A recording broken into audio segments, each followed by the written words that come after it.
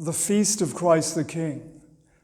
As with all later feasts of Christ in the calendar, today's festival takes one element of an older and more complex celebration and looks at it and thanks God for it in its own right. Thus, for example, on Corpus Christi, we take a longer look at the institution of the Holy Eucharist, one of the motifs of the Thursday of Holy Week. On the Sacred Heart, we consider the implications of the piercing of the heart of Jesus on the cross, one of the elements of Good Friday. And today, we are celebrating the kingship of Christ, which is one of the elements to be found in the Feast of the Ascension, when we remember the exaltation of the risen Christ as Lord. At the Ascension, the disciples who have just seen Christ lifted up into God's glory are told that he will return in the same way, that is, in the glory of the second coming.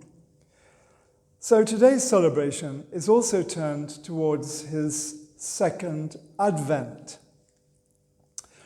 In the calendar of John the 23rd, Christ the King is the prelude to All Saints, the feast of those already in glory, anticipating the end of all things.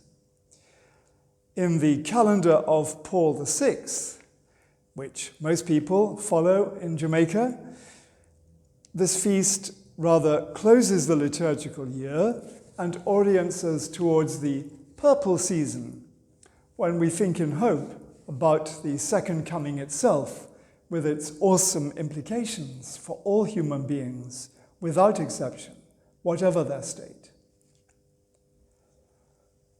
But though, as I say, Christ the King is best seen as an unfolding of the content of the Ascension, nevertheless, it's inseparable from the Passion, as is shown by the choice of gospel reading for this feast.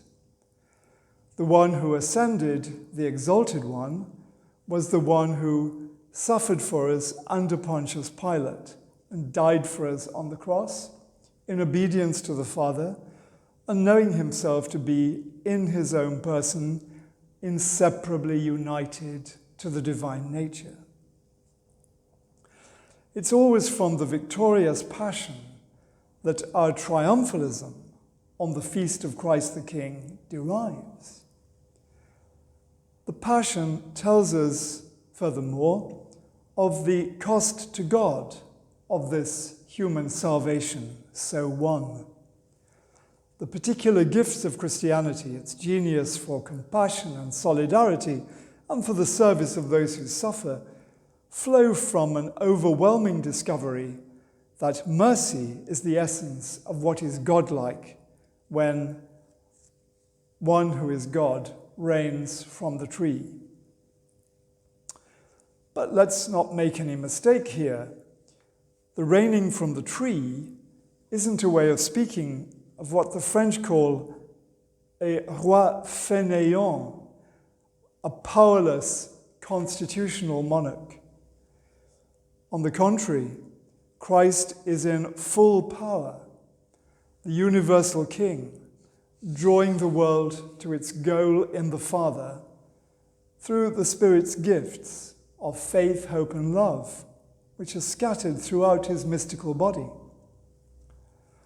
And we, for our part, are on the winning side of history, contrary to what may appear in certain periods, in certain epochs, because, adapting some words of St. Paul, we are Christ's and Christ is God's.